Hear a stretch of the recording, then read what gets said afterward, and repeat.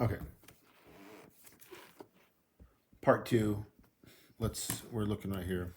What's the probability of the spinner will land stop on A at least once in 2 spins? So you basically have to count up all the A's, anything with an A in it, okay? And the bottom number is going to be out of 16.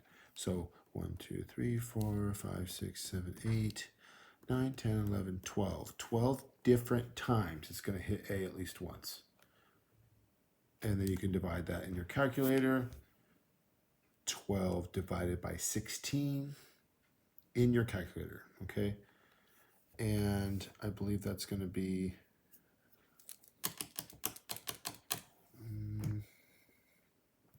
3, 4, 75%. I think it's 75%. So 75%.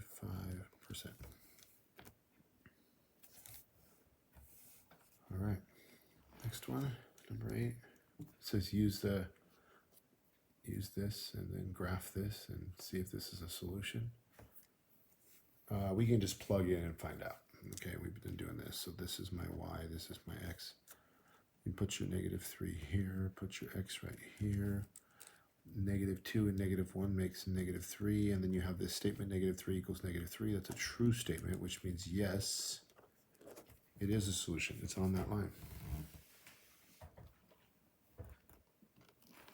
9, 10, 11, 12. I want you to work those out yourself, but I'll help you. You're going to first add 0.3 to 0.3. Okay, what's 3 plus 3? 6. So 0.3 is 0.6.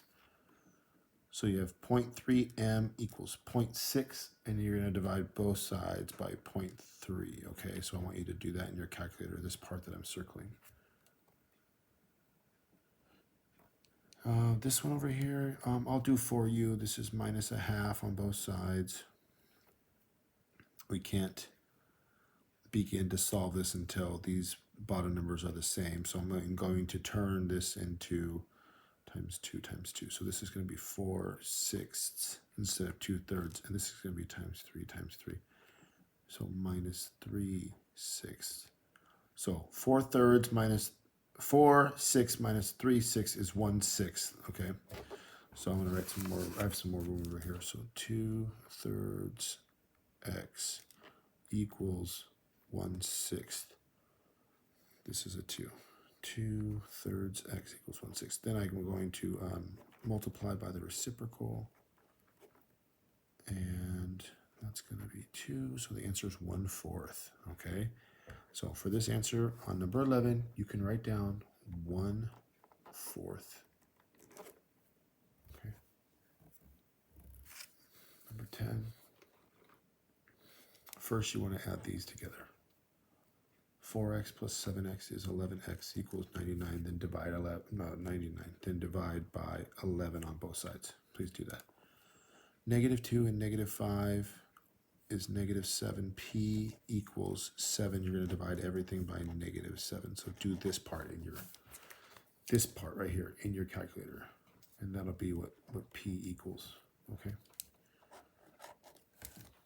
So again, if you're looking at all these, you are doing this in your calculator for M, this divided by this for X, this divided by this for P. Refer to the following information for 13 and 14. A circular tetherball court 6 meters in diameter is painted on the playground. A stripe divides the two into 2 equal parts. What's the circumference? What's the area? Okay, so diameter is 6, and most of us don't know circles, so I'll just help you. You'll do the punching of the buttons in your calculator, okay? So the circumference is the distance around a circle, right? It's how far around. So if the diameter goes straight across like this, and the diameter is 16, the circumference equals 16 times pi, and don't forget pi equals 3.14, okay? 3.14, okay. So you're going to do 16 times 3.14, and whatever that is the answer for 13. On the next one is the area. The area equals the pi times the radius, but we weren't given the radius. We were given diameter, so you have to remember that the radius is half the diameter. So what's half of 16? 8. So the area is going to be equal to 3.14 times 8 times 8.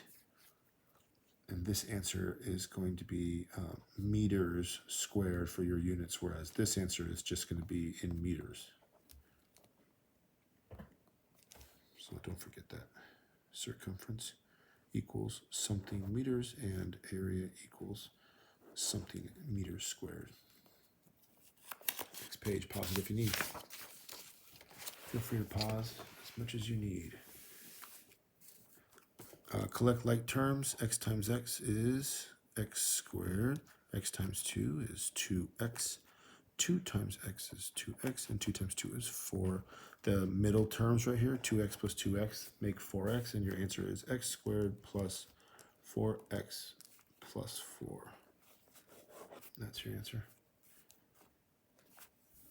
Simplify and compare. Okay, so we're going to do, this is 1/4, and this is also 1/4, because negative 1/2 times negative 1/2 is still 1/4, and those are equal, so throw an equal sign in there. Maggie drove 195 miles in 3 hours. At that rate, what was her, how many miles was she driving? 5 hours. And express 195 in 3 as a unit rate. So this is going to be 195 divided by 3. Whatever that is. What is it, 65? 65, 65, 65? Yeah, I think it's like 65. Then you would write like 65 miles per hour. For this one, you just multiply 65 times 5. Okay, you do that on your own. 65 times 5.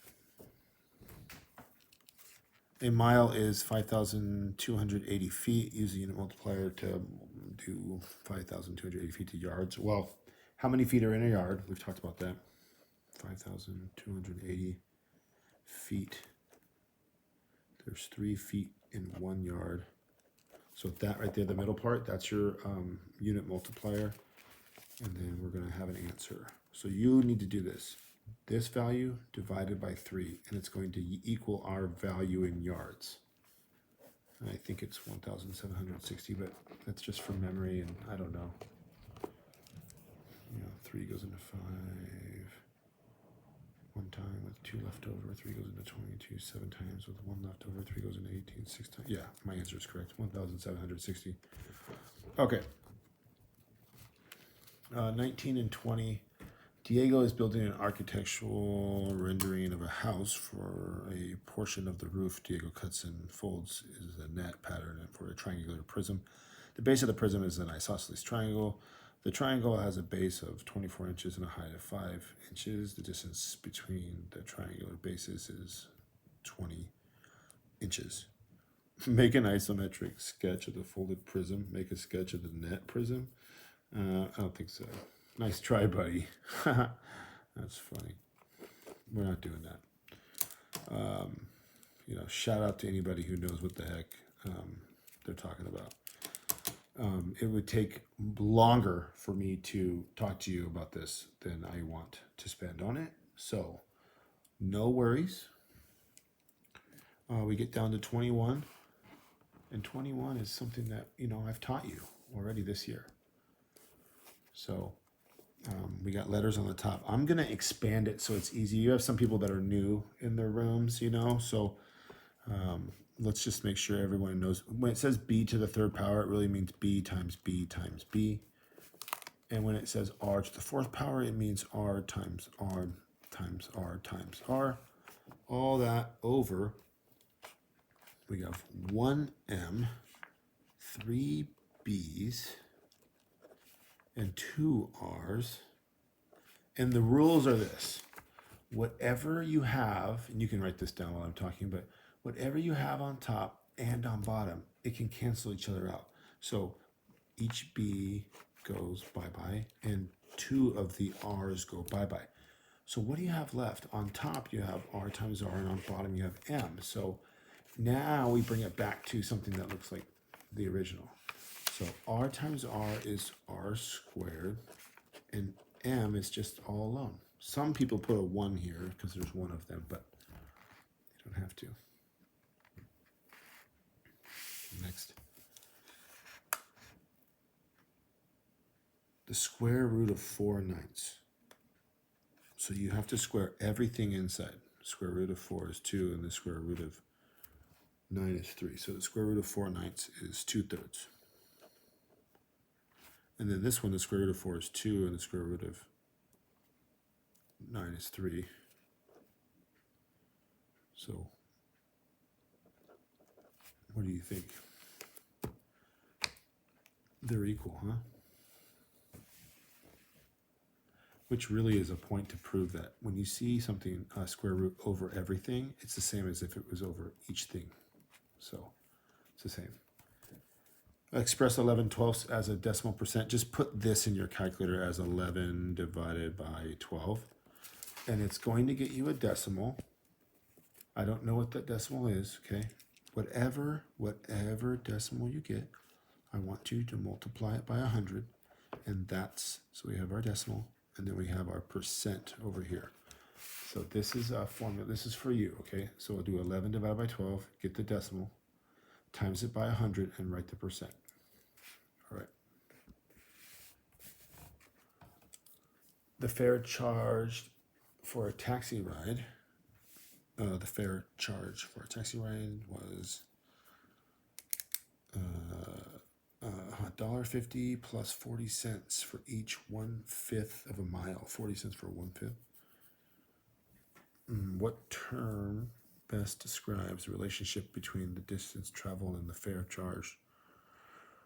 Well, it's going to be a graph, right? We're going to make a line, okay? It's going to be a continuous function because it's a line, so it's for sure that. I don't like to say direct proportion because, first of all, you're like, I don't even know what this is. Continuous is actually something we've talked about. We talked about lines being continuous. But 40 cents per 1/5 mile, which is basically saying that this times 5, so $2 a mile. So y equals $2 a mile plus the $1.50 charge. So this is the equation, which it's not asking you to write that equation, but that's the equation. And it's not a direct proportion. A direct proportion, if I said something to you like, hey guys, it's $2 a mile and no charge to get in, that would be a direct proportion. So let's just circle continuous because it's a line.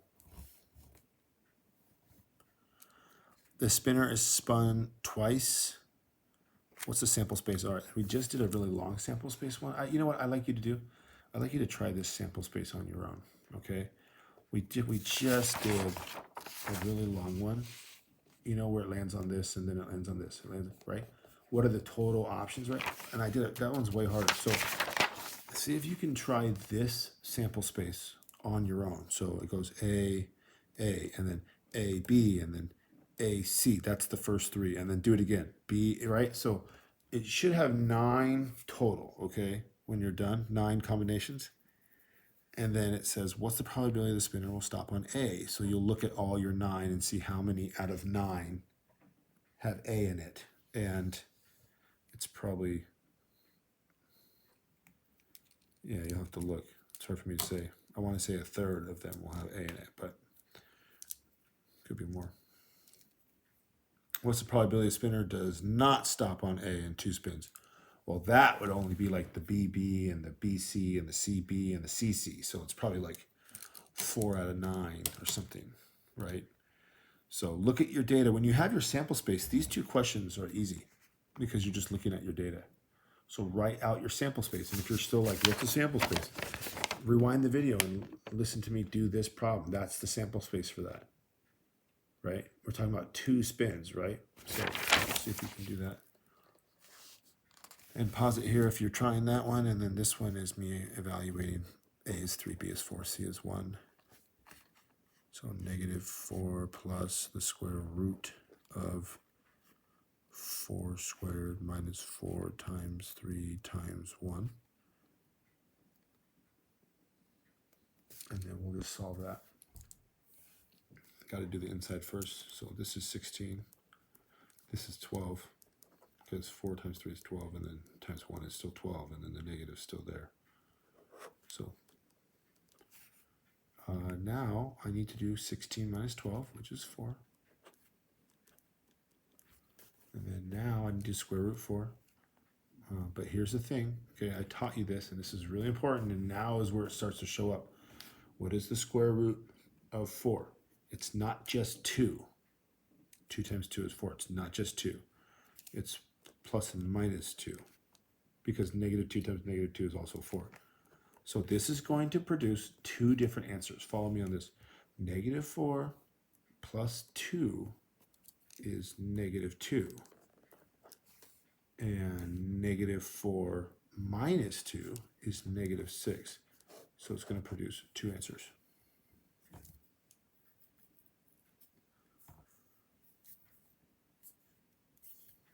All right, that concludes your lesson today. Thanks.